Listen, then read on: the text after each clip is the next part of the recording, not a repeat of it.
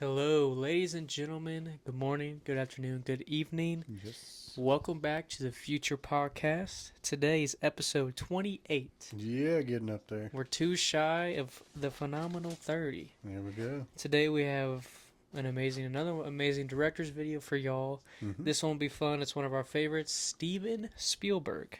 Gotta be a lot of people's favorites. I mean, Got a lot of good ones under his come on. belt. He's one of the best. Close, I think. A lot of people like him over Christopher Nolan. He's up there with Scorsese. He's Mount Rushmore. He hits a lot of different things. I think that's what a lot of people like about him is he likes to do Every genre. different genres. So it's he can hit different demographics. He's got drama, serious, sci-fi, horror, iconic horror movie. So Yeah. we'll get to that one. That one will be talked about a lot. But this one will be fun. I've been looking forward to this one all week, getting to talk about this. Yeah. Really shine some light on his movies and see what y'all think. Again, like always, let us know favorite movie. You have any favorite characters from that movie or any movie in general? Any big scenes? I know, obviously, with Jaws, there's some very iconic scenes that are stand out. So many. Just the scene where they're drunk in the one night. That alone is phenomenal. But we'll get into it.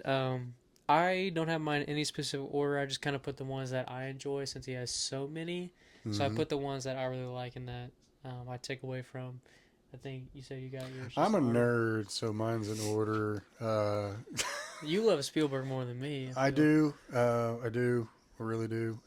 But I just can't help it. It's how my memory works. It's how That's how you work. it's how my story played out in my life growing up watching this person create magic. And so sorry. Yeah, mine's in order. I'm a nerd. I got the latter in half of his. Yeah. You got to see a lot of it. Lucky. But the thing is, he got to see the latter half, but what that did for him is he wanted to see Before. what happened before. Like, oh, wow, I really like his movies. I want to see his old stuff. That says something about a director that you bring people back. Yeah, and coming back for more. It's awesome. Mm-hmm. I mean, I'll start with a newer one that he did recently. It's a big one. I feel a lot of people that enjoy this genre really like it. It's Ready Player One. I know you really enjoyed that. I really like that one. Obviously, like I talked about before, I really love superhero action movies, video games in general. Mm-hmm. That one hits a lot of that all at once. It's a really cool world of futuristic idea of we all got tired of the real world, so we're just jumping in the virtual world to escape how crappy it can be sometimes. Yeah. Although I wouldn't want to live like that, it is a cool concept just to see all the the different, like you see Transformers, you see Ninja Turtles at one point, a lot of superhero remarks throughout the movie. It's just visually, it's awesome to see you take on that big of a toll of different genres and characters. Yeah. And he made it work. I really like the story as well too. You have a rich billionaire who came up with the whole thing, and he died.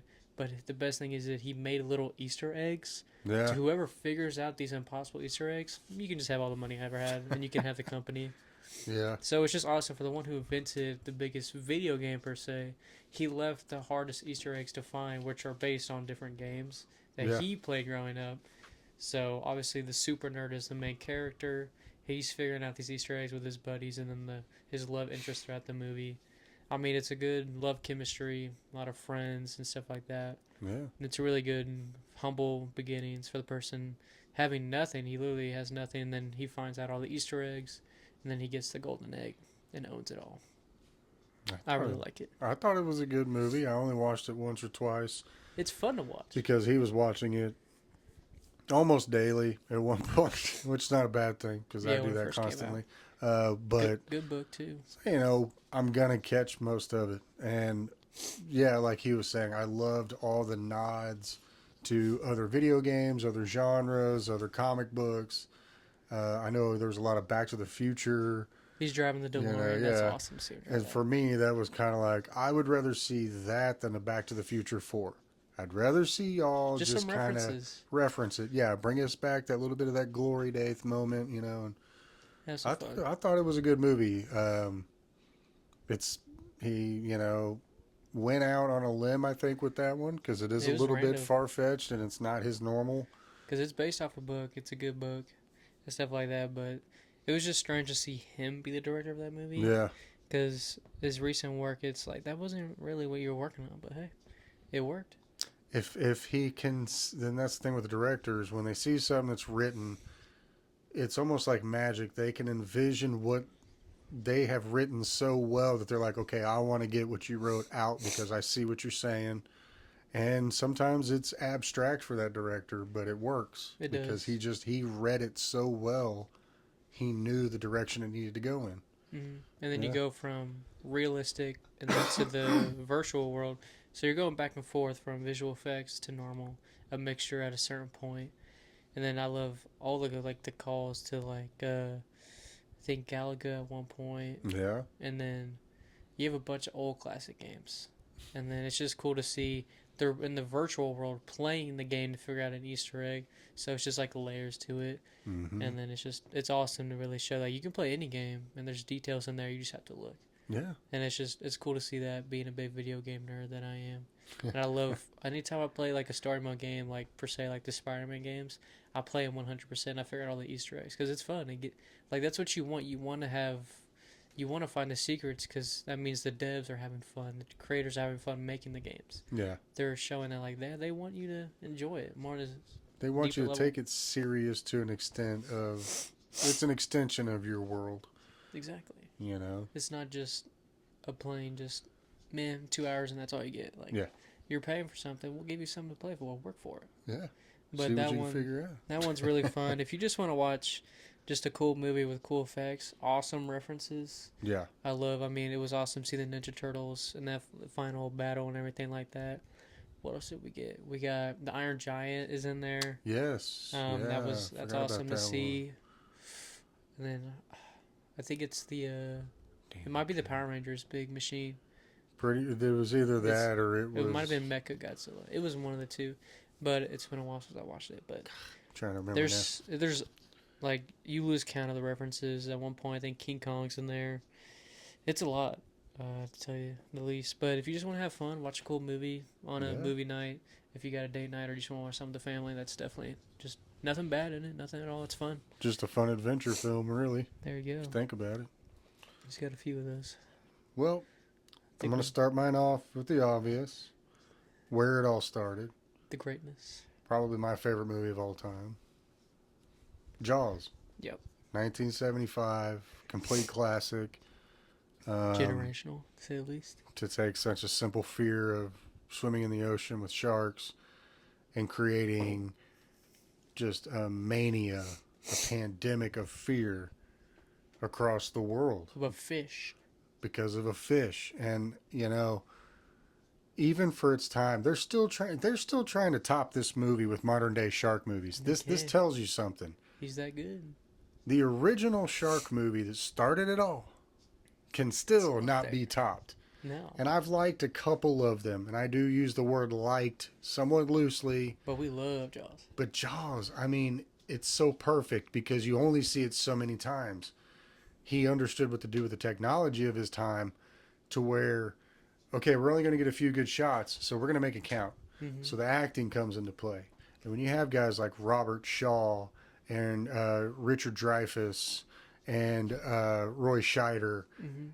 such great actors that they're carrying a shark movie without even seeing a shark for a majority of the film. Exactly. You see fins it's just throughout insane. The whole movie.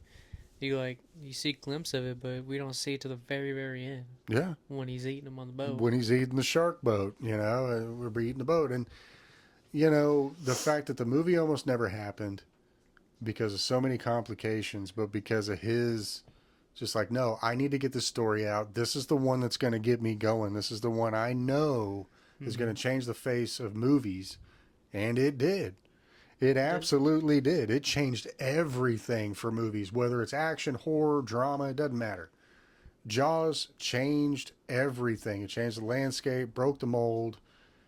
And I don't think anybody at that time realized what we were getting, not just that film, but that particular director, what he was going to continue to give us, as the great Seamus would say, banger after banger after banger. Yeah. Like, it's hard to find a bad movie. One of those, I mean, that's what happens when you're one of the greats. He's on the Mount Rushmore. Oh, absolutely. I mean, you just look at a handful of his movies. Jaws is obviously, I would say, probably his best one out of there. I'd have to say so. It's hard It's to so argue iconic that. at this point. Like It's hard to look away. I mean, you could even say that I would say the first Indiana Jones up there with it, just because of how generational that was. Yeah. But Jaws, I mean, phenomenal. So many iconic scenes, like I was just saying when we started the video.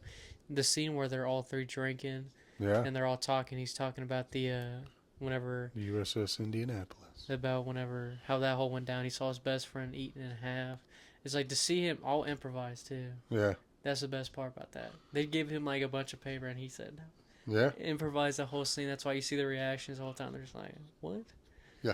It's just to ramble that off. Well, he also was a drunk player. Yeah, and what was sad about that poor Robert Shaw? He had a drinking problem. Unfortunately. And he tried to do that scene drunk because they're drunk in the scene. Yeah. And he was just slurring all over himself. And you're like, you're not helping. Came back the next day, apologized to everybody, and then we get that iconic scene about him talking about the USS Indianapolis. Which we forgive him just because of that. I'll forgive Robert Shaw. But that scene, if nobody's remembers that scene, just look it up on YouTube or whatever, Instagram, TikTok, whatever you have to do. But that scene is awesome just to watch him tell that story about how they didn't know there were sharks. He's like, you can't tell a tiger shark till you see the fin to the tail. Then to the tail. Just that saying that he'll do right afterwards. And then, farewell and adieu. Yeah, he's creepy you just see as the all boat, can be. See the boat swaying in the water. In the pitch black night. The shark's just waiting. Just waiting for him. But it's such an iconic film. There's also a funny story I found out a couple weeks ago. Oh, yeah? So the little kid that is on the yellow floaty gets eaten, obviously.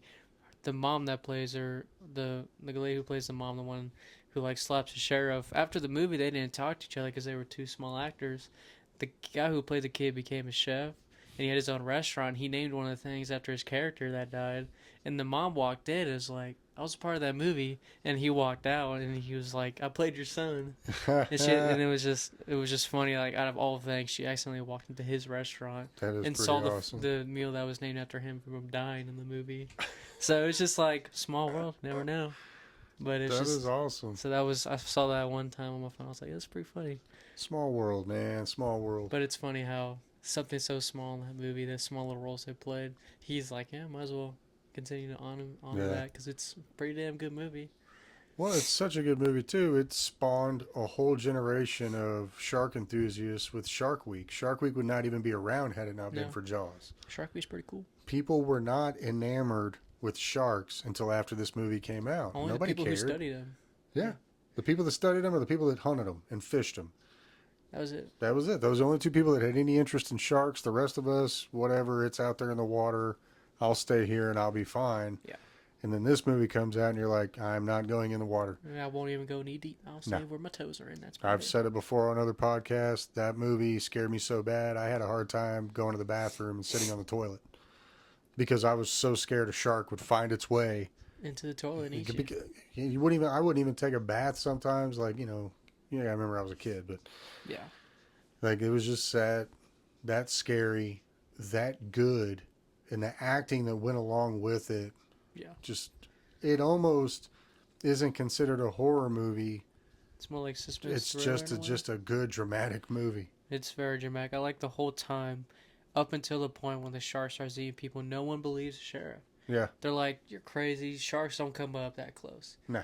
And then it starts eating people, and it's just like it's that whole point where it's one of the points in the movie where you go, he told you so. Told you. It's like you're messing with nature. That's the one thing we can't control is natural nature. No. It's like that's why nature takes its course, as they say. As they say. Sharks are predators, and they see prey in the water. They take advantage of it. So. Yeah, they're animals. That's their instinct. They eat what's there. They eat whatever they can. So I mean, go on forever about this movie. I mean, it's just so phenomenal. It really is. And I mean, yes, there's, 3 other sequels that didn't quite live up to it. Not quite, no. But, what Jaws gave us, I mean, there's Jaws fests where people go sit in open bodies of water and watch it on the big screen out in the middle of a lake, sitting in rafts. That's how, yeah. Like, how many movies can you say that they have specific little festivals just for it? There's so very, very few of them. Very, very few. You know, you have, yeah, your Lord of the Rings, your Star Wars, okay, I get those, your Comic-Cons. I'm not talking about that.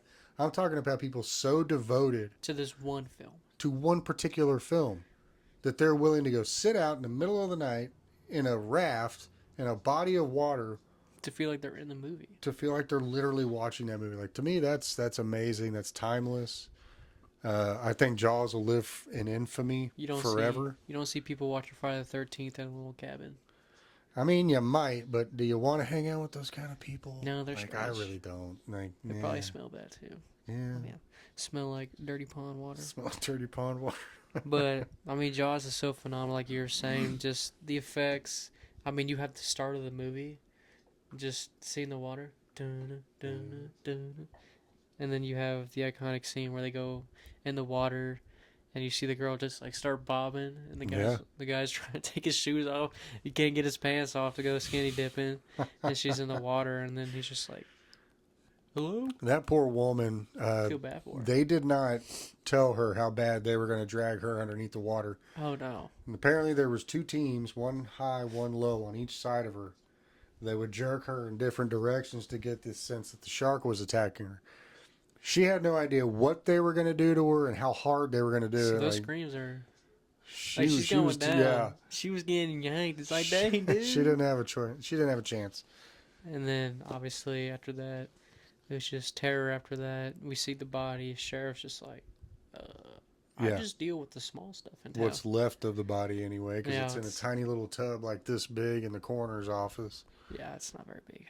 And then you just kind of see, like...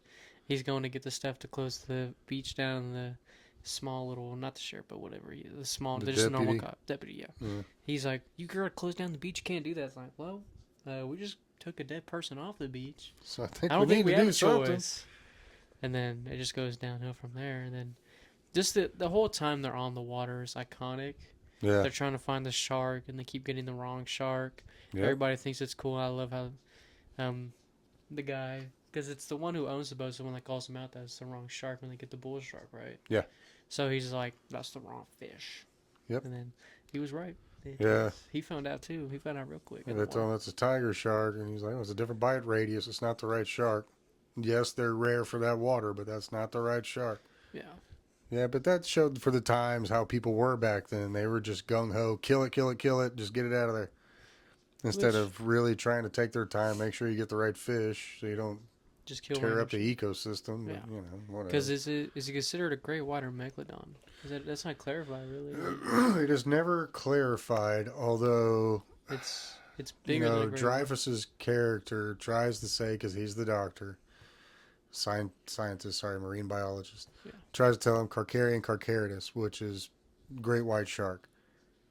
But this is a much larger than usual great white shark. So I guess it would just be the ultimate great white. It's its own. It's a one of a kind kind of thing. It's the timeless question we never got answered. Yeah. Because when you look at the size of Jaws when he swims past their boat at the end when they're out there trying to hunt him, he's ever bit 40 foot long. The average megalodon apparently was 50 to 60 foot long. Yeah, and then we see him when he's biting the boat. Yeah, I mean, just with like his jaws on there, he's half the boat almost, just biting it.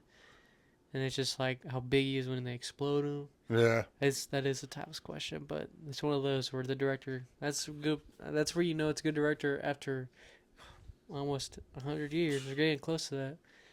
It's just like, still wondering, what fish is that? Like, I've never seen that before. But, I don't think we ever want to see that. No. I don't ever want to see that. No, thank you. Some things are best left unanswered. That's true. That's my opinion. But... I guess the only one I can back it up with is E.T. because it's another cult classic. Well, and he made that shortly after. That's what I'm saying. Like, he kept, like, right off the start, banger after banger after banger, because E.T. was only his 4th film. 4th film. And that's a cult classic for every generation, I feel. Every child. Probably my generation's probably the last that it is, just because people forgot how to make good movies. Anyways. Any hoozle. But, obviously, Aliens is the... old question of, is it possible? What would that look like? And this was him being like, let's make a funny movie about aliens. Let's make it for the kids and see what happens. Because it's part of my childhood. You know very well. Me and my brother, we grew up watching that. Watched it a lot. It's the only reason we had those little pad where you had the two circles and you draw on it. Yeah, the only reason we wanted those was because of that movie and Toy Story, but mainly E.T. But it's so funny movie. It's like, what would happen if no adult knew about it? Yeah. Only 3 kids, and one's a teenager, one's in middle school, elementary. The other one's just a little kid who just now learning how to be a kid. Played by the wonderful Drew Barrymore. Yeah, I always forget how young she is in that one. It's so weird to see her that young. Yeah, she's like 5 years old in that movie. So it's funny because it's like, what would 3 kids do, or 2 kids and teenagers? Like, what would you do if you saw an alien, hid it in the shed? Yeah. That didn't work out, so you got to hide it in the closet and stuff like that. And it's just the whole story going along, see how that works out. Obviously Elliot builds a friend bond with the alien E.T. So it's a fun movie. I feel like there's definitely nobody watching this who hasn't seen it. It's probably very few of y'all. I mean, I think it's just the new kids on the block, basically the only ones who haven't seen it, because unfortunately they're missing out. That's on them, so I don't feel bad for them. Well, the whole scene where he's getting drunk and Elliot is connected to him kinetically because he's spent so much time around E.T. and, he's the only one building a bond. And it formed that bond as well. And so anything E.T. feels, Elliot feels, and vice versa. So, yeah, E.T. doesn't know what beer is, so he starts drinking it. Elliot's in school, and he's getting drunk. Dissecting the frog.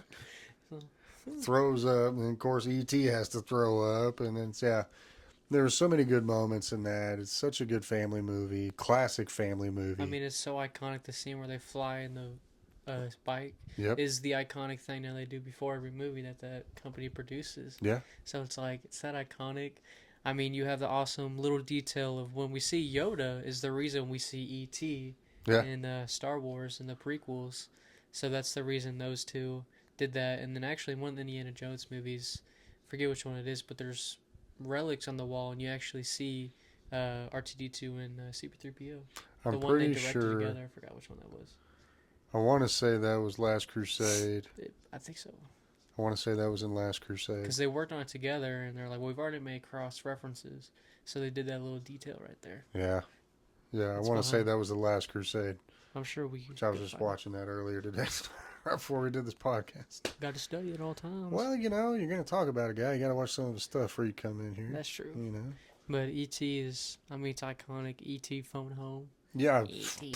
Phone Home. Well, the amount of, books and coffee mugs and toys and sheets and blankets and lunch boxes and so much stuff that came from that movie. I have Funko Pops of the movie. E.T. was such a cool looking little alien, man. I had a little stuffed E.T. I mean, it was it was funny looking. That was the only reason people started eating Reese's Pieces was because of E.T. Are you kidding me? And every kid, and you cannot lie, don't lie to yourself or any of the other viewers and any other listeners out here.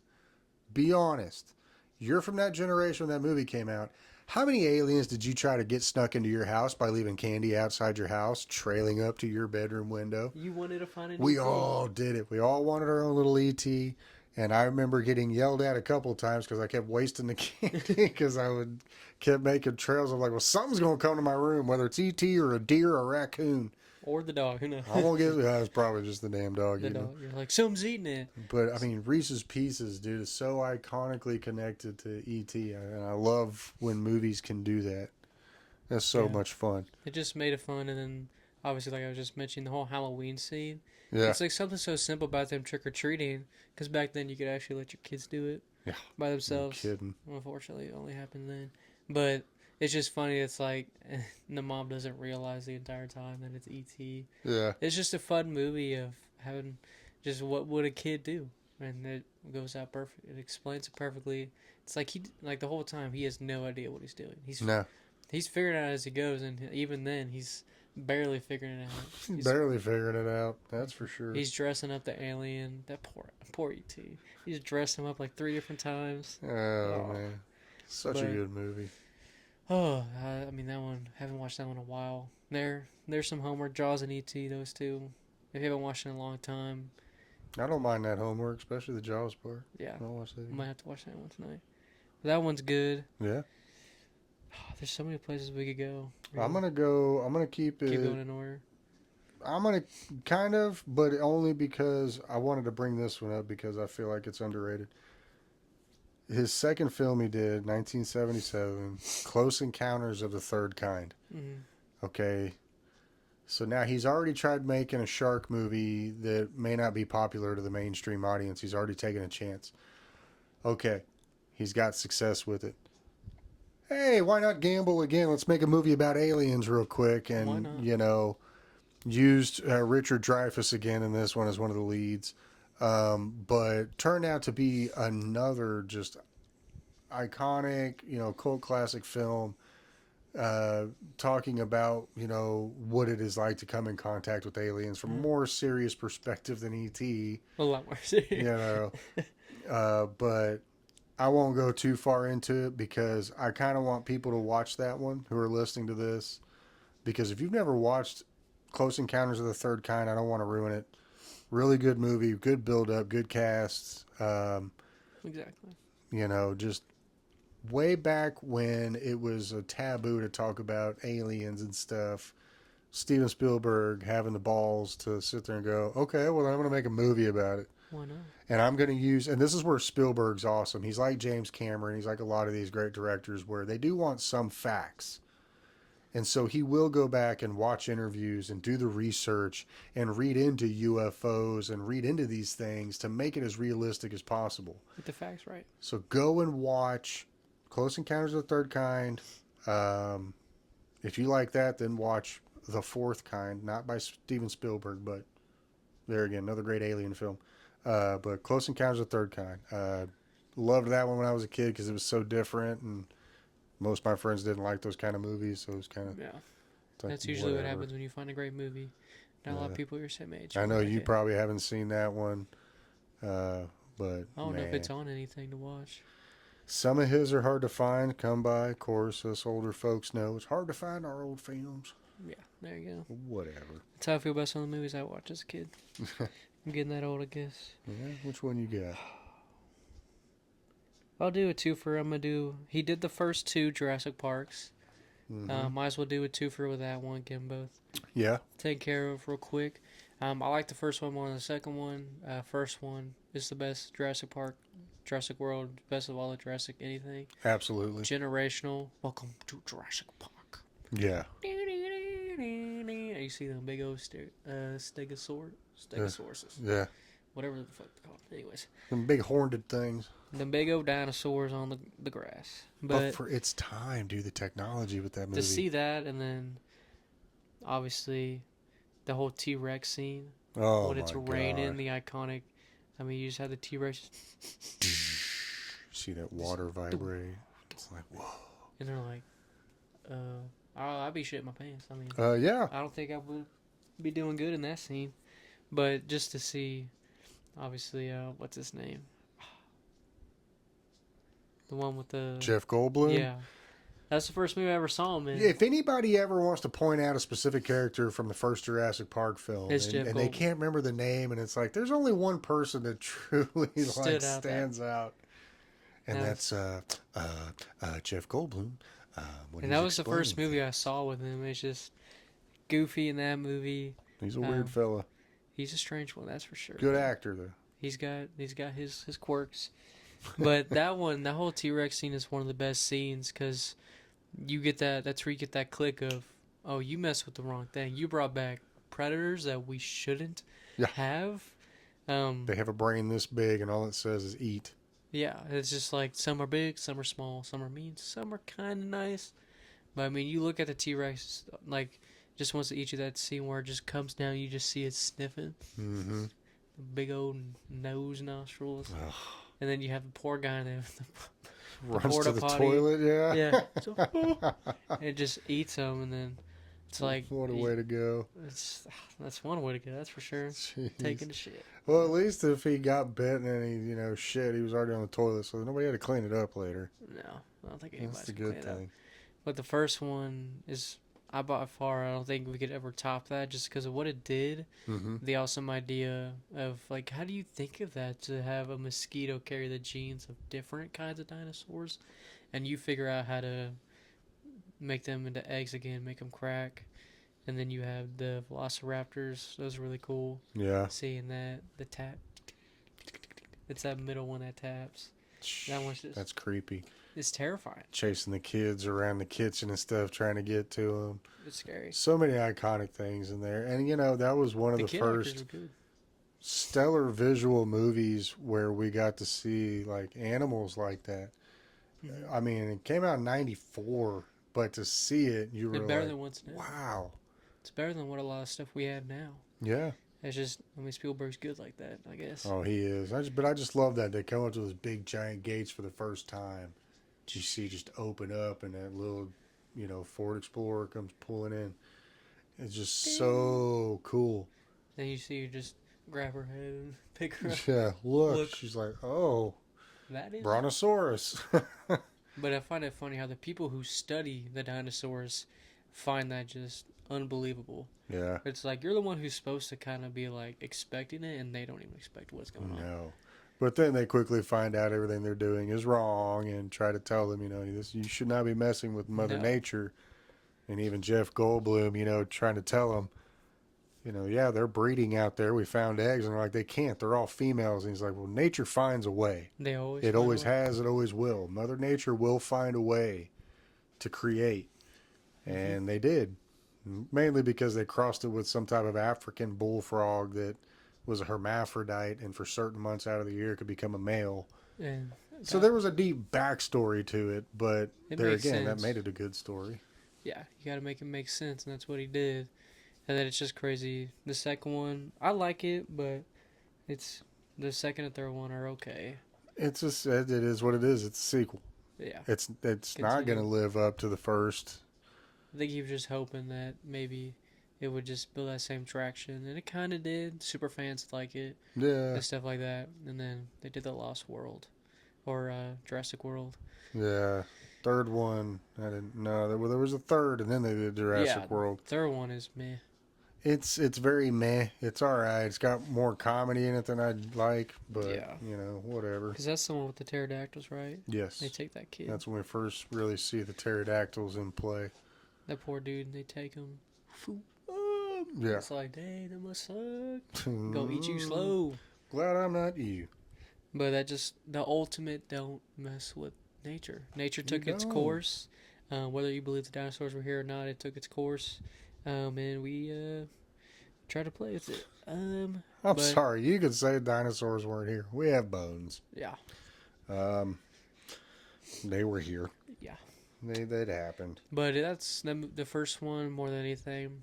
Major part of my childhood came out, or not come out, but I watched a lot when I was young. Mm-hmm. It was around my birth, so it was around my time, and I mean it carried out for a long time. And you look at what it is now. Yeah, it's carried out a lot. So they're making another one. Scarlett Johansson joining the. Oh, wow. Well, but it's supposed to be like a complete, almost not a reimagining, but they're going in a whole another direction with it. But Scarlett Johansson's involved, so I don't know. Maybe they'll get back on track with it a little bit. We'll see. Yeah, we'll see. But I figured I'd knock those two out because they kind of go together. They do. But those two, second one's okay. First one, pretty good if you ask me. I enjoy it. Yeah, I mean, who doesn't like the first one? That one you can't skip. Come on, get some popcorn, some candy. Watch that one. It's a good movie night. Ready. Good movie night if you ask me. Yeah. What do you got? I'm going to throw out a good one on a solo because I think we're both going to try to attack the next one together because it's like 4 films in one. Yeah, that one's going to be... I'm going to throw out Hook. Yeah, I had that on here. I love Hook. That came out when I was young. Part of my childhood. And it just... Robin Williams... They don't make those... God rest him, he was treasured. He did a great job. He made everybody want to be Peter Pan again. Yeah. He made it cool again to want to be Peter Pan and be a lost boy. Dustin Hoffman as Captain Hook is phenomenal. He's amazing. There's so many great cast members and cameos that you have to look into and find out. There's so many famous people that have so much makeup on in that movie that nobody knows about. Yeah. Just because they were friends with Spielberg and they wanted to do a cameo, but he did such a great job of capturing the innocence, the essence of what Neverland would have been. Mm-hmm. It was over the top. It was cartoonish. It was outlandish. But that's the point of it. It's Peter Pan. And to have Peter Pan be a grown man and try to find that childlike, happiness again, something I think all of us look for from time to time. And I think that's what makes it such a timeless film, is that anybody can relate to it. Yeah, no matter who you are, me, you, anyone. One of my favorite things. Well, I mean, the whole movie in general, they don't make them like how they used to. No, they Not don't. like that movie. No, they don't. I mean, just Robin Williams. Any of his movies are timeless. When he was young, when he was middle aged, when he was old, Mm-hmm. he did them perfect. He's a golden star in this rugged world. We'll say that, or he was. Sorry, but that movie is just phenomenal. Like the scene when all the Lost Boys are there, and they finally smiles, and the big boy's like, "There you are." There you are. You're getting it. And they have a pretend food fight. Well, for him, it's pretend because he's not using his imagination. He's still thinking like an adult. And then finally he gets it, has an empty spoon and flicks it. But when it pans over to the kid, real stuff hits him. And as they look around, they start noticing everything's real again because Peter was a child again. And it was just, and to see Robin Williams have that imagination, genuine childlike look on his face during some of those moments was like, he's having fun. Like the scene when him and the what's his name, Rufy. Yeah, Rufy. when they start talking crap to each other. Yeah.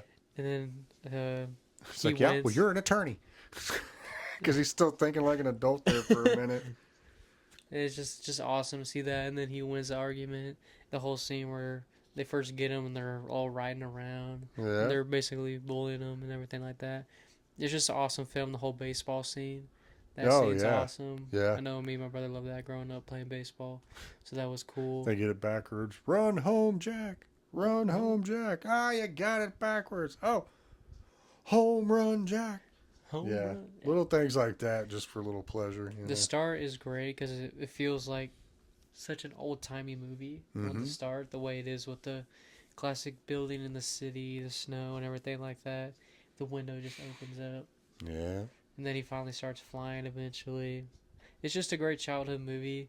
Yeah. Now, I'm sure if there's any parents out there, you probably love to show that to your kids. I know you enjoy showing me and my brother. Heck yeah, man. I loved watching it with y'all. I mean, it's a phenomenal movie. It really is. I just feel bad for people who haven't seen it. I mean, if you, anytime I think of Robin Williams, I think of Hook, Popeye, like those movies, because that's when you get to see him play characters how he wanted to play them. Those two and Mrs. Doubtfire, like those are the three films you talk about Robin Williams. That's the first three pop in my brain. Those are some of the most unique characters you can play in live action.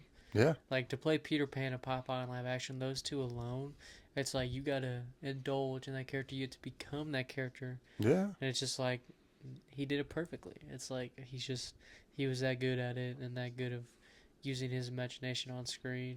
Yeah. It's just very funny, man, to say the least. Very funny. He is missed. I know that much. Yeah, but the only key thing I take is just a good break from real world. If you let your imaginary, basically that's about letting your imaginary just set free, take control. Yeah, just let loose. It's based on the timeless story we all know about Peter Pan. Yeah, so you already know what happens. Not too much thinking involved, so you just have to enjoy it for what it is. With great actors, great visuals, the way they made Neverland come to life, I thought looked really cool. It's awesome to see it, how it's like, it's so real, it almost doesn't feel real at the same time. And that's what Neverland is. Mm-hmm. You don't know. You just don't. It's a childhood fantasy story. But that one's fun. I like that one. Oh, that one. All his movies are so good. It's hard to say. I'm trying to narrow it down here. But like you said, the next one we'll kick it into the great Indiana Jones before Disney ruined it. Yeah. The first four. We won't talk about the fifth one because didn't watch it. It was that bad. Yep. The first four. Where do we start? Raiders of the Lost Ark. I mean, come on, man. Henry Ford. Yeah. No, 81. Yeah, Raiders of the Lost Ark. I mean, when that came out, that was back in the Star Wars era. That was back when things were really starting to go to the sci-fi, to the adventure, to, okay, let's break away from the monotony of just drama movies and all this. Because the 70s was like, well, I hate to say it, it was nothing but like bad porno and nothing but drama movies. Yeah. And then you get to the 80s and it's like, can we get out there and try to, come up with something else? And this is right before we started doing Lines of White Powder and doing really bad action movies. Yeah, this was right before that. So this was the right time to drop these movies. But it's just such a great idea of somebody who could be doing such a simple job, but he's secretly just doing all this to collect the information he has. Artifacts and it's the time-old question of something like so simple, far-fetched, but no one does it. No one does it, but it'd be so fun. Wouldn't you want to live your life like Indiana Jones? Like you just go out and you fight the bad guys. Yeah. You grab your whip, attach to the tree, swing across, jump on the train. You grab the golden artifact, and then you go back home, and then you get to talk about it.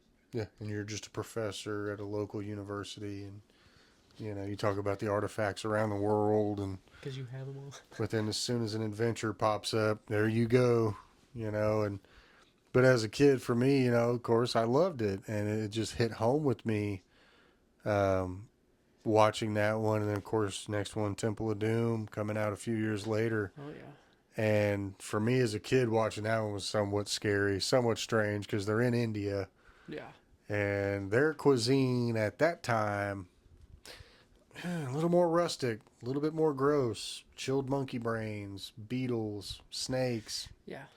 They were eating some pretty creepy stuff in there. You gotta eat what you got, I guess.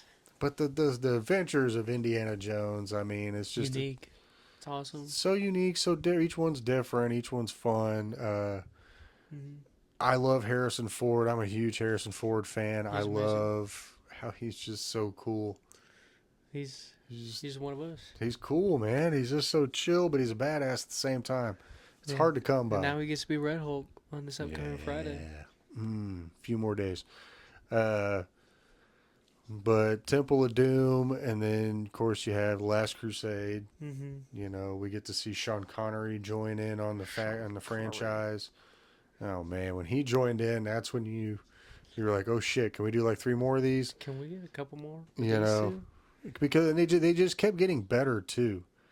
Every time he made another Indiana Jones movie, it just got better and better and better. Because you get to explore more every time. You get to, because if he's going around the world, there's so many different ways and different adventures you can go about that. Yeah. And then we get the 4th one, the Crystal Skull.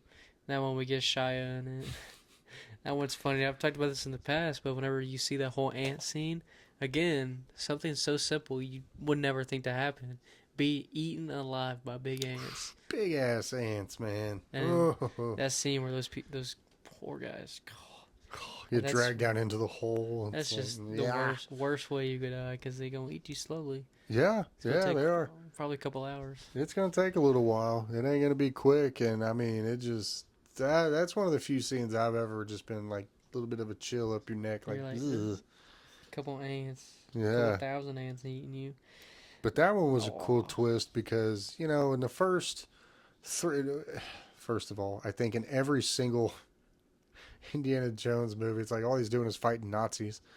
But I just love how this one kind of leaned towards way more into the sci-fi.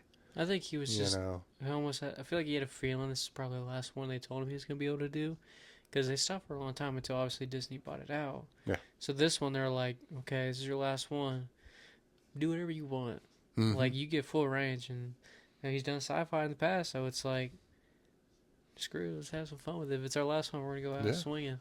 But he's always done a good job, like I've stated, with the last few. He does such a good job of investigating and studying and really looking into facts and really making things interesting. So in the first one, Raiders of the Lost Ark, clearly they're going after the Ark of the Covenant, okay? Yeah. That's something that we know is real. That's something that has been hunted by men for centuries. Yeah. So it's nothing out of the ordinary, okay? Temple of Doom.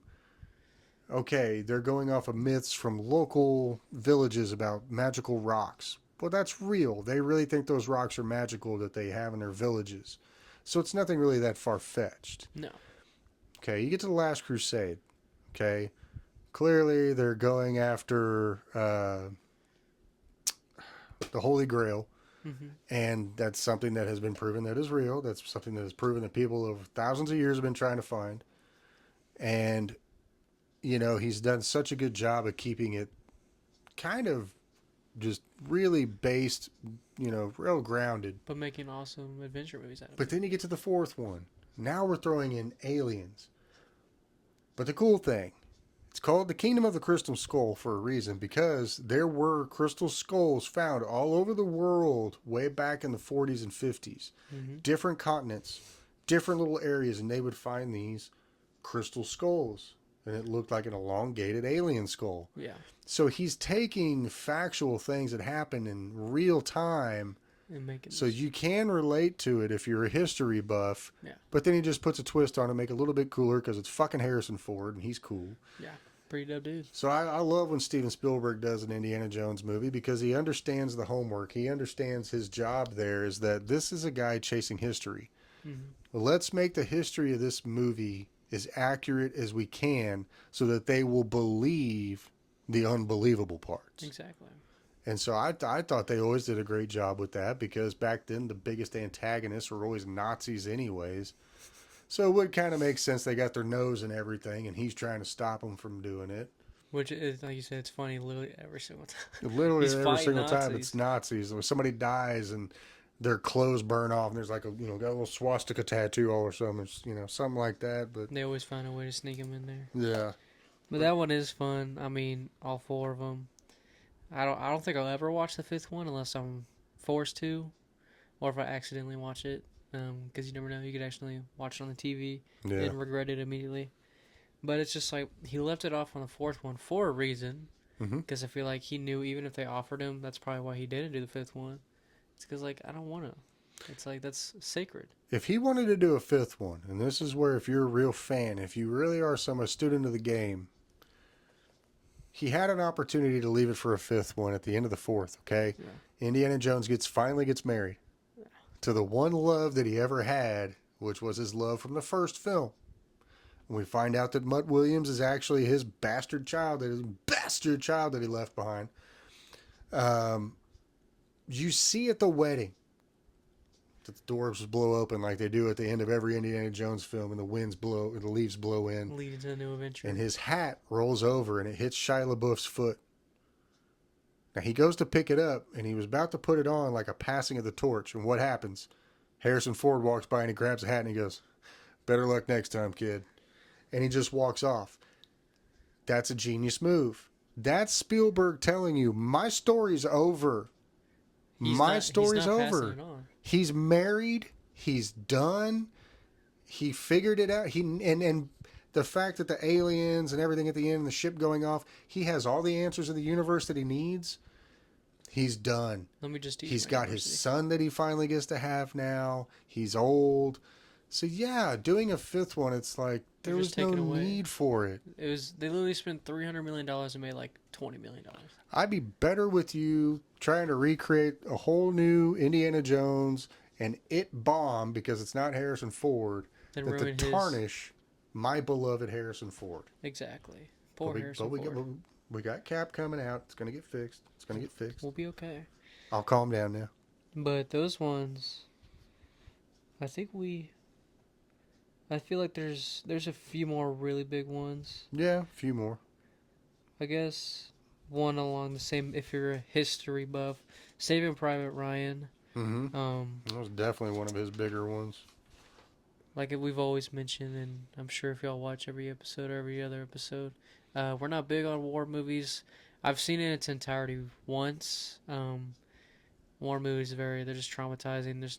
I don't enjoy them because it's, especially this one, Space World War II, the whole D-Day scene. It's very sad. I mean, it's what happened, and just to see those young men on the field, literally, it's a bunch of farm boys because that's all the people we could send, all the real soldiers. Like your great-grandfathers that were in that war, exactly. My grandfathers, nothing but farm boys from Texas, and You can see them literally. None of them are doing. It's just the ones that are dying are just calling out for their mamas because you're raised on the farm. Like you're raised by your daddy's working. You see your mama when you're fed, and that's who you spend your time with. And it's the only thing I'll say about the movie. It's like it's a good war movie for the people who like that. Yes. But there are heritage and everything. We have a lot of people who are in the war, so I don't really care for it.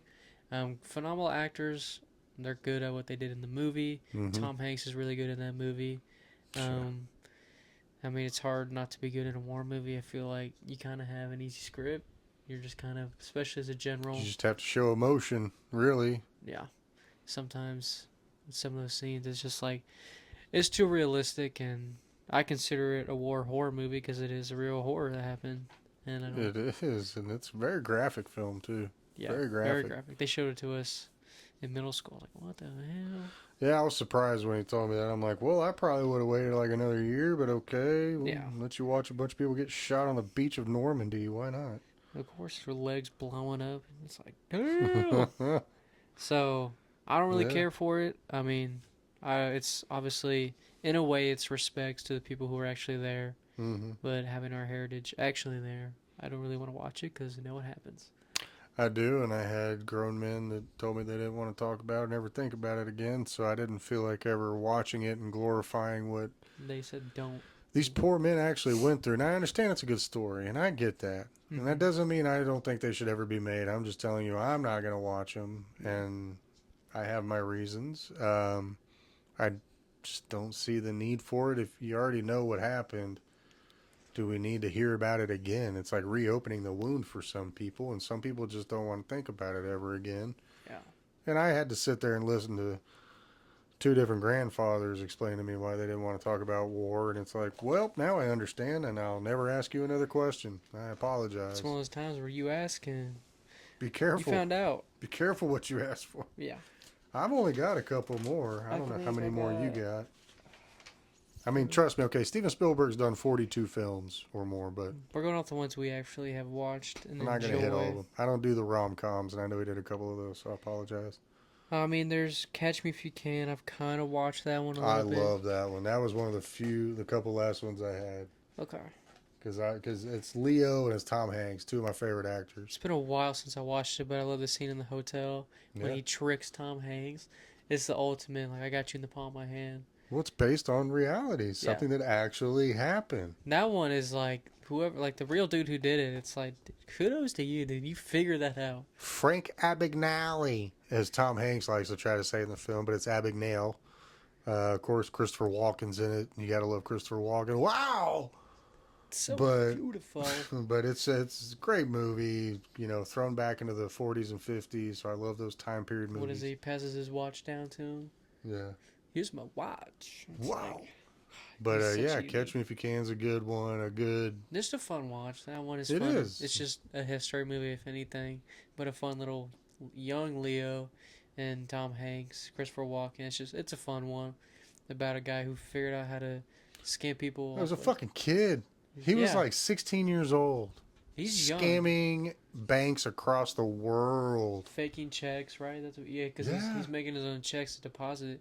And he got a lot of money. Millions. That's like, damn, dude. And back then, that's considered almost billions now, probably. In which, I don't know, you probably don't remember this little key moment from the movie, but Tom Hanks is the FBI agent trying to catch him, right? Leo's the kid stealing all the money from the banks. And Tom Hanks' character is sitting in a cafe as he's going across country trying to track this little shithead down. And he's drinking coffee, eating his breakfast, and he's looking at all these aliases that he keeps using.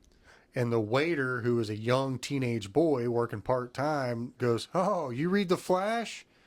And he looks up and he goes, "What are you talking about?" And he goes, "Barry Allen. This guy, he's like, that's The Flash." And he's like, "Oh my God, we're chasing a kid." Barry Allen, I think Wally West was in there. Wally West. And that's when they figure out, we're not chasing an adult. We're looking at this all wrong. It's a kid. We're looking for a kid who's just smarter than the rest of us. That's what I would do if someone's looking at. I'll be using like Steve Rogers. Yeah. You got to use the ones that people don't think of, like Bruce Banner. Frank Castle. Yeah, Frank House would actually be a really good one. You know, those are ones no one's going to think of. You gotta find the good ones. I think Wally Tony West, Stark. No, that's not a good one. Wally West might be able to get away with because everybody thinks of Barry Allen now. Yeah, It's a TV show. But it's just that's the fun part. It's like he was literally a kid, just he was having fun, trying to put his family back together, and so that's what he thought he had to do. And it's just like it shows you. It's like he figured out the gimmick, and he figured out a lot. Yeah, he did. That one's fun. That one's just a fun watch. If you're bored one day, you're stuck in the rain in the house, or a weekend, you got nothing to do, watch that one. That one's fun. I liked that one. What's another? Well, there's one. I've really only got one more I'm going to mention just because I actually watched it. I'll mention one that I've never watched in its entirety. Well, we'll do Adventures of Tintin. That one's part of my childhood. That one's an animated film. That one's just a fun cartoon. Me and my brother watched it when we were really young. It's just literally about a really young kid wanting to go on adventures, and he finds a really old captain. I mean, it's in the name, Adventures of Tintin. It's just the most bizarre adventures. It's just a fun cartoon to watch. Yeah. I mean, there's nothing more to it. It's just funny little stuff happens throughout the whole movie. The most unrealistic, like, storm happens when they're in the ocean. They barely make it out alive. Yeah. It's fun. It's nothing too complex. It's a cartoon. Yeah. Another fun movie you just want to watch. The kids don't have to watch. Let them watch that. It's fun. I guess Lincoln is a really good one. I mean, that was one of his most recent ones that he was really notable for because of Daniel Day-Lewis, you know. Won an Oscar for it. Jesus, I mean, you thought he was Abraham Lincoln. Of course, again, Daniel Day-Lewis. But we've talked about that one when we talked about him when we did our favorite directors. He's just phenomenal as Lincoln. Yeah. I need to rewatch it. It's been a really long time. But that one, you want to get your hands on some history. He's got a lot of ones that touch on history. Like Lincoln is full on biography. Such a smart guy, yeah. And then you just have like Catch Me If You Can, fun version of a biography. Yeah. And then you have Indiana Jones, which is touching on history in his own twist. And then you have Schindler's List again. Oh my off Lord. Of history. Yeah, that's a hard one to watch sometimes.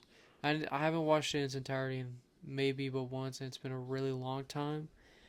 That's a difficult one to watch. Yes. So it's about the Holocaust and all that. For those of you who don't know, so I mean, it is a very sensitive, touchy subject. For the gentleman out there, not a good date night movie. No. Let's get a couple years into the relationship before you break the heart of the girl you're trying to get. Let's not thinking it's going to be an artsy film because it's black and white and you're going to impress her. You're going to make her cry. And then she's going to be like, "Why'd you do that Netflix movie?" and chill is going to go away real quick. Yeah, you're going to be chilling on the couch that night. Yeah. So, I mean, I think that's the last of my list. I mean, that's really the last one I had. I mean, he's got a lot of other good ones, but it's just the ones I don't prefer to watch. It's not my genre, not my cup of tea. Forte. But I mean, the amount that we just named that are our cup of tea. Some in the history books of the greatest movies. That just goes to show you how really phenomenal broad his range is. He's just. I mean, he'll touch anything. Well, I'll try it. He'll try anything once. He's kind of like that bad sorority chick at the party. Yeah. Try anything once. We'll see if it works. They never. Luckily for him, it worked. That shows you how good he. But that shows you how good he is. That's Start off your career with something like Jaws, and then there again, like we said, name a bad one. Name. It's hard. I mean, they're all good, whether you like them or not. There's one I can name. They're all well. West Side Story, but that one. But it's a musical. It's a musical. Those are hard to get. There are so many theater people that probably loved that film.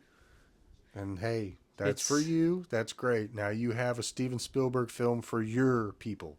And I think that's great. I'm not big in musicals. I like a few. I'm not huge into them either. But I think, it's cool for someone like Spielberg to even... He tried it. He was like, I've never done a musical before. Why not give it a shot? Yeah, maybe I'm good at it. That's when he was doing all the random ones. And then he did Ready Player One after that. It's like, you're swinging. And I think that's the only one he really didn't hit. Yeah. He got hit a grounder to first and got out. But the rest... But that was that same time period. They tried Cats and a couple others. And just musicals weren't the thing at the time. And they just... I'm just not big on musicals in general. You can bash me all you want. No, it's not for everybody, dude. There's a few where it's like Sweeney Todd, where it's like it's a take on musical and it's a mixture. Yeah, that was much different, but it was still good. Still good. I like it. But, I mean, Scorsese, he will go down and will always be considered if not top 3. He's Mount Rushmore. He's top 4. Well, we did Spielberg. Or Spielberg, yeah, sorry. Yeah, we'll do Scorsese next I'm sorry. Well, they're both pretty damn good. So, Yeah. my take is still on there. Yeah, It's yeah, he's still up counts. there. It still counts. We're just going to call him by the right name, but you're still up Spielberg, there. You're still sorry. up there. Too many greats in my head. I'm sorry. I know. We'll do Scorsese next. How about that? Yeah, We'll do that next because it's another great one. Oh. But Spielberg, so phenomenal. I'm interested to see how much more he tries to get out while he can. Mm-hmm. See what he does next. Who knows what he'll do next? I don't know if he's announced anything. We'll have to see. I haven't heard anything yet. I haven't heard anything. But hope y'all enjoyed. If you like what you see, let us know. If you want us to do anything else after this series or hop into a new series soon, let us know. We're here for y'all. It's kind of the whole point of it. We're here to give y'all entertainment, have a good time, give y'all something to talk about. You want to talk about sports, wrestling. Yeah. I'm getting back into WWE lately, so. Never left, so if you want to talk bullshit with me, I'm fine. There you go. It was hard to watch for a little bit, but they're getting back on the ropes. I put myself through it. It's okay. Myself through it. We went through it together. You know, we might get some yeet at WrestleMania. Who knows? I'm fearing it, but yeah, we're going to get yeeted. So that was fun. We'll brought in some branches. Y'all let us know. I really enjoyed this. Whatever time of the day, whether it's the morning, the afternoon, or evening, I hope you have a great rest of that time.